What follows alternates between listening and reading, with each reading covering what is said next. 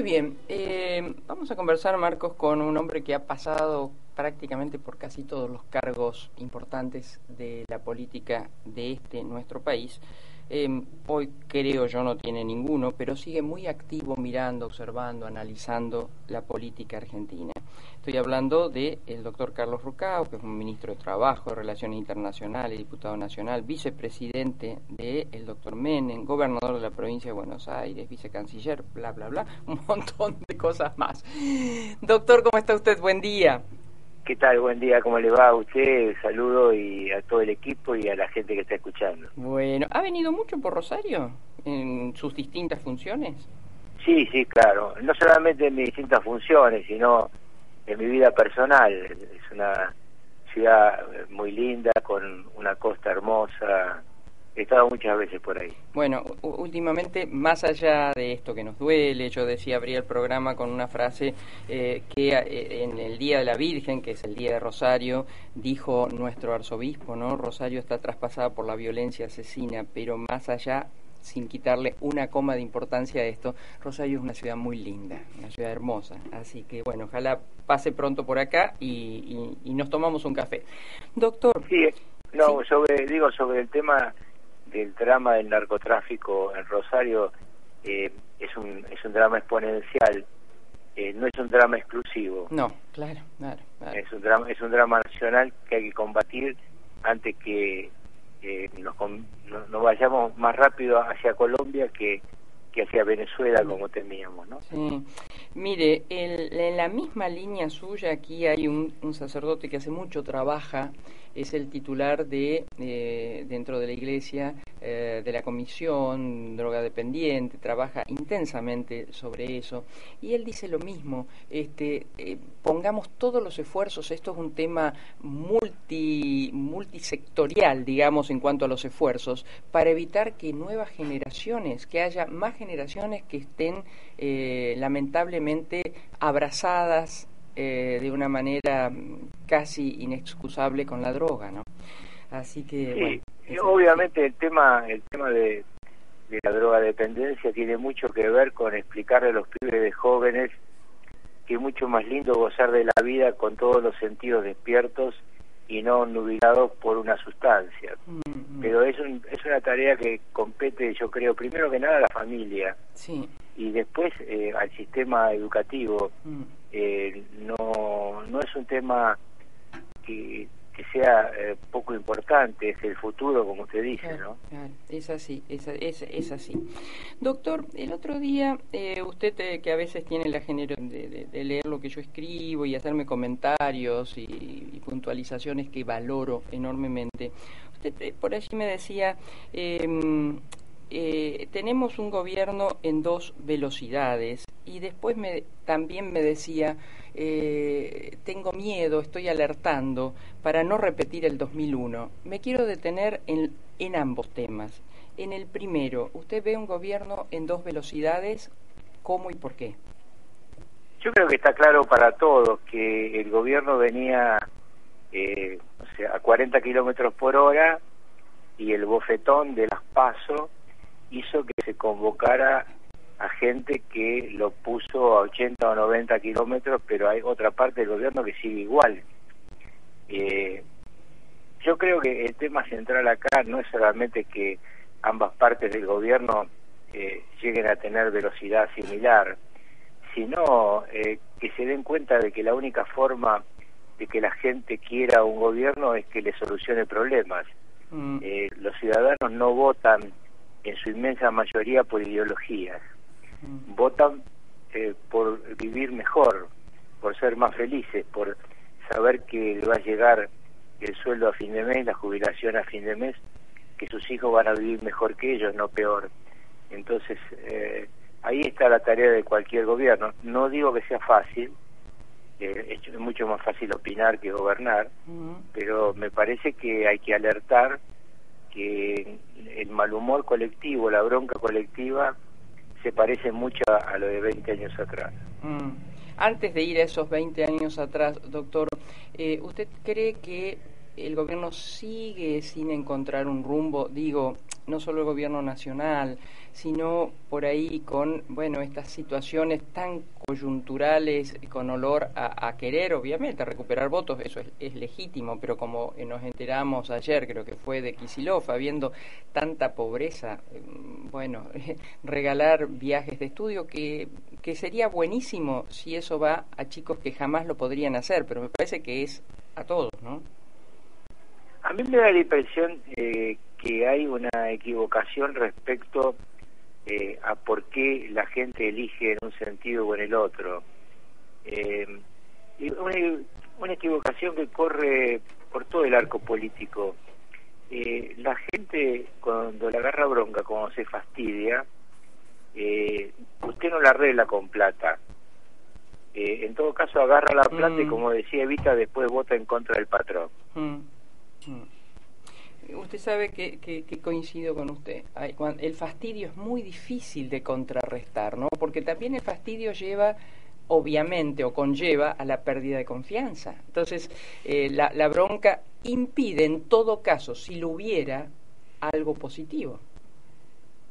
Y claro, porque la bronca usted no lo deja hacer un pensamiento racional.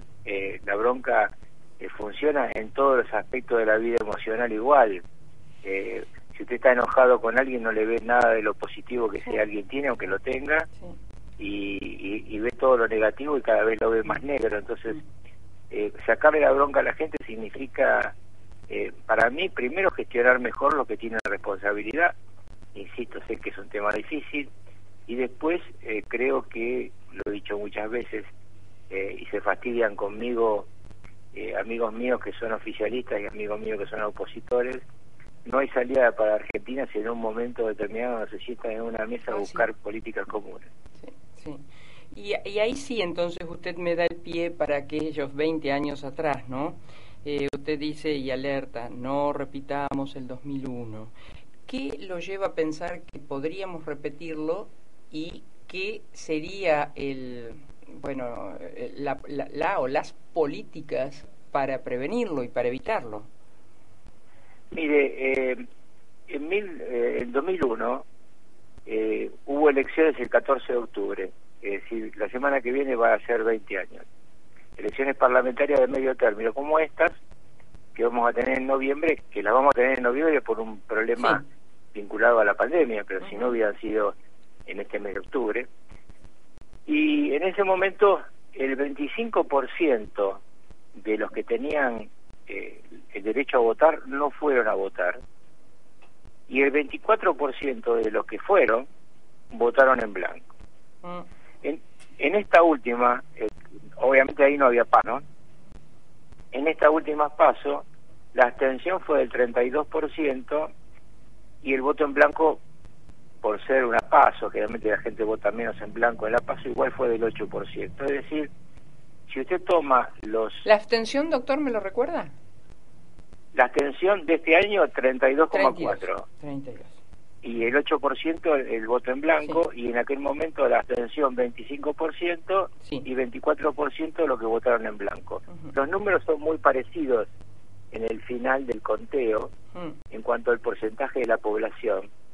Y esto es importante porque además, al igual que la pobreza, que en ese momento era del 46 y ahora del 41, el índice oficial, ¿no? En ambos casos ha recorrido un arco. ¿Qué quiero decir con esto? Que la gente, después de esos años traumáticos, volvió a votar más, a concurrir más, y también bajó mucho la pobreza. Luego se produjo ese arco, y en los últimos 6, 7 años la pobreza empezó a subir de vuelta, y poco a poco la abstención también.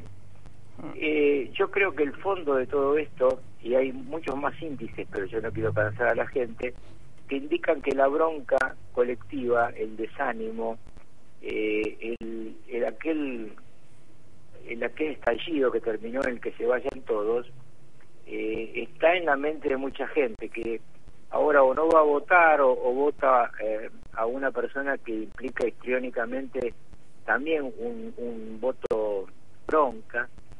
Y yo creo que después de la elección, porque usted si le habla antes de la elección a cualquiera que está compitiendo no lo va a escuchar, pero después de la elección va a ser imprescindible que se sienten en una mesa a buscar salidas comunes. ¿Cómo hace usted un acuerdo con el Fondo Monetario si no hay un acuerdo entre el oficialismo y la oposición? ¿Cómo usted recupera nivel de empleo y actividad económica e inversión si no hay un acuerdo entre oficialismo y oposición? ¿Cómo se puede luchar contra el narcotráfico, contra el crimen en general, si no hay acuerdos políticos trascendentes que pongan estos temas en el centro de la ocupación y preocupación de los gobernantes de hoy y los que van a ser gobernantes mañana? Porque claro, si usted no tiene empresas en funcionamiento, si los empresarios no creen en invertir o en reinvertir, ¿de dónde va a sacar empleo genuino? Y si no hay empleo genuino, usted le plantea a los jóvenes un futuro mucho más cercano a la evasión que a la realidad, porque se encuentran con que la realidad es muy dolorosa. claro, claro.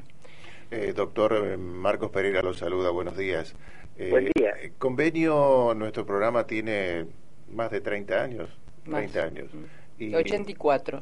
de los 30 años, mínimo 20 y algo, hablamos de este tema, ¿no? Y nunca se ponen de acuerdo. O sea, Salvo en el todos lo saben. 2001 con Duhalde, Sí. después del estallido. Sí, todos lo sabemos, pero no nos ponemos de acuerdo. O sea, parece que nadie da el primer paso. Bueno, usted tiene razón, y también María Herminia tiene razón respecto al acuerdo que hubo en el 2001, en realidad en el 2002, ¿no? Exactamente. Pero ese acuerdo fue posterior al estallido. ¿Y sabe por qué además fue posterior al estallido? Porque no los vimos venir. Porque no los vimos venir. No vimos venir el estallido. Doctor, perdón, me quedo acá porque me sorprende esto, no lo había escuchado antes. Usted dice, no vimos venir el estallido con los muertos que hubo, con todo el desastre que hubo. Mire, yo le voy a contar. Sí. Estas son anécdotas absolutamente personales que demuestran lo que nos pasaba, ¿no? El 19 de diciembre del 2001 Sí. ya había ocurrido el corralito que iba a exacerbar mucho los ánimos, y nos reunimos en un hotel céntrico de la ciudad de Buenos Aires.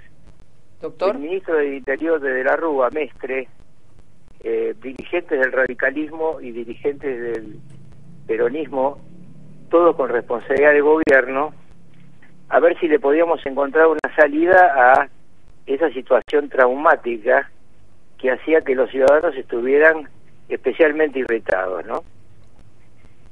¿Y qué ocurre?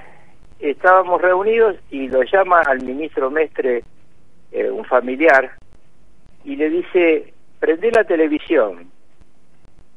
Y prendimos la televisión y estaba la gente, miles y miles, caminando por las grandes avenidas, yendo hacia Plaza de Mayo para protestar, y había una consigna que ya estaba en la calle, que era que se vayan todos.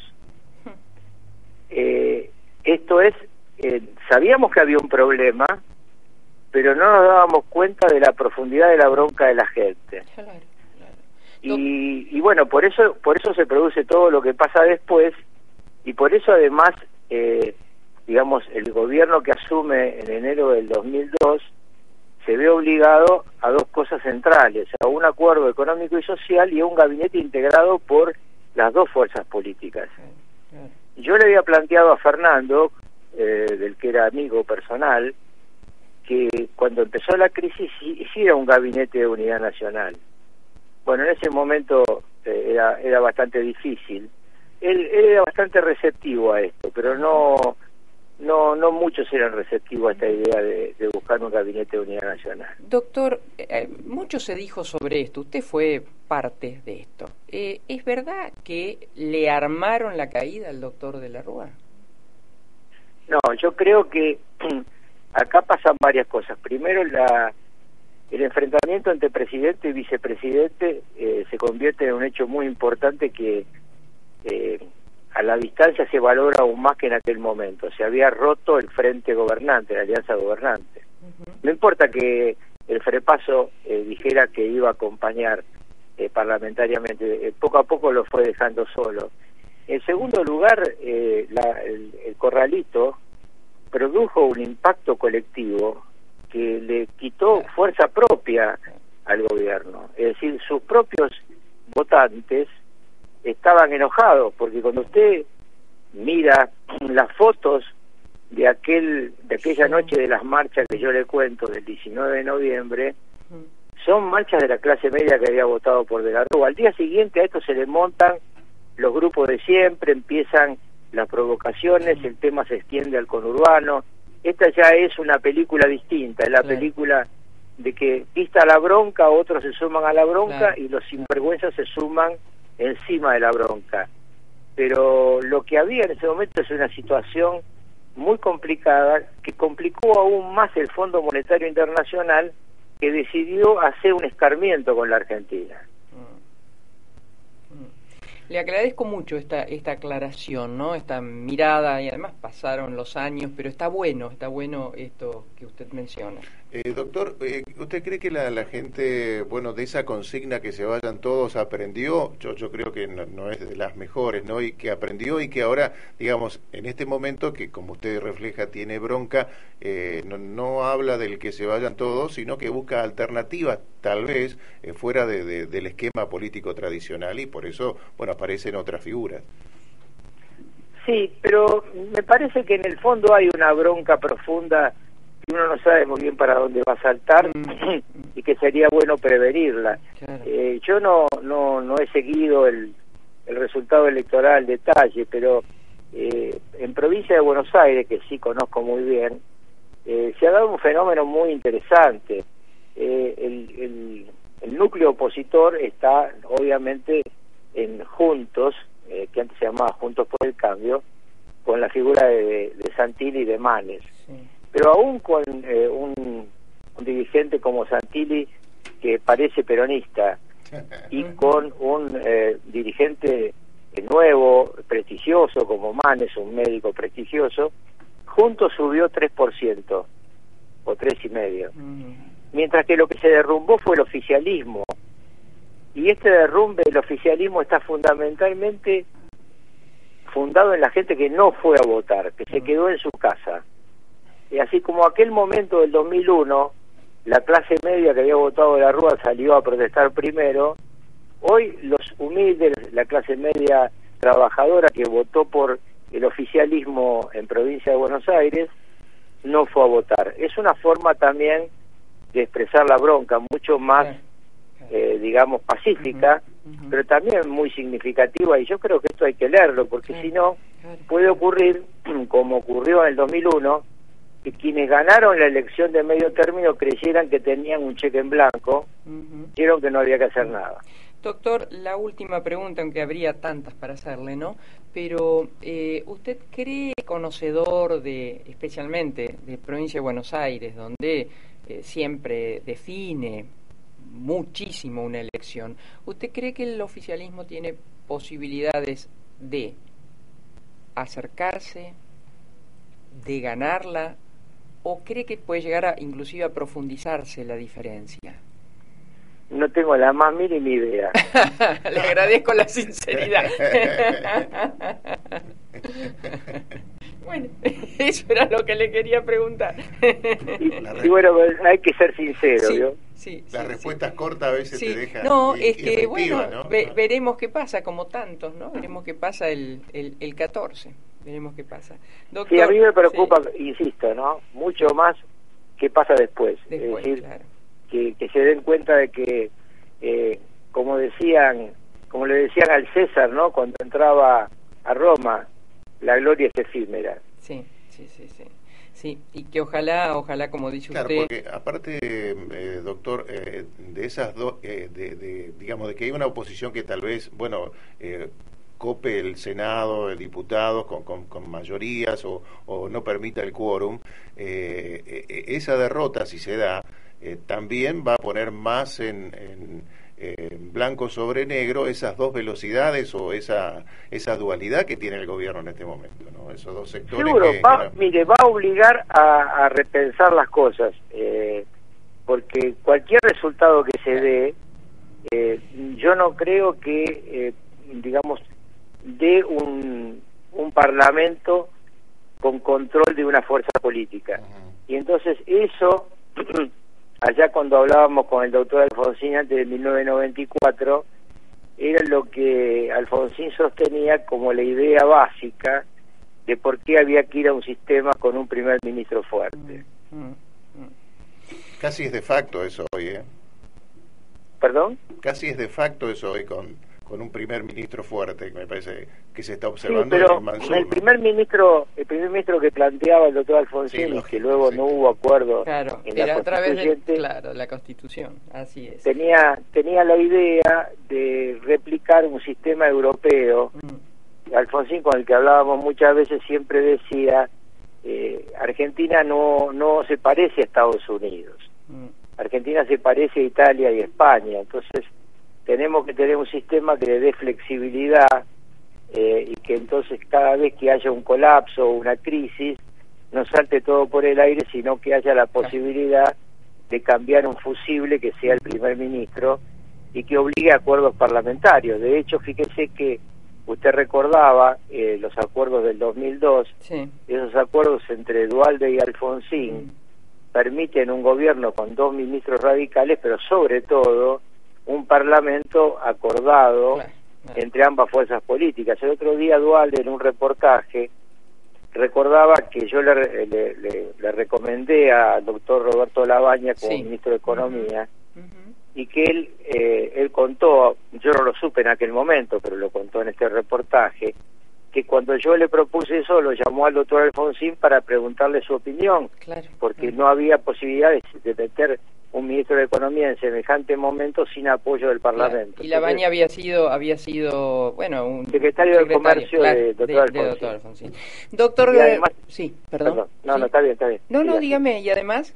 No, y además tenía la estatura intelectual y la capacidad y el coraje para enfrentar una situación que Remeslenikov había manejado muy bien, pero que la había dejado con un nivel de tensión importante, porque la gente no había encontrado la respuesta a aquello de que quien puso dólares va a recibir dólares, ¿no? Claro.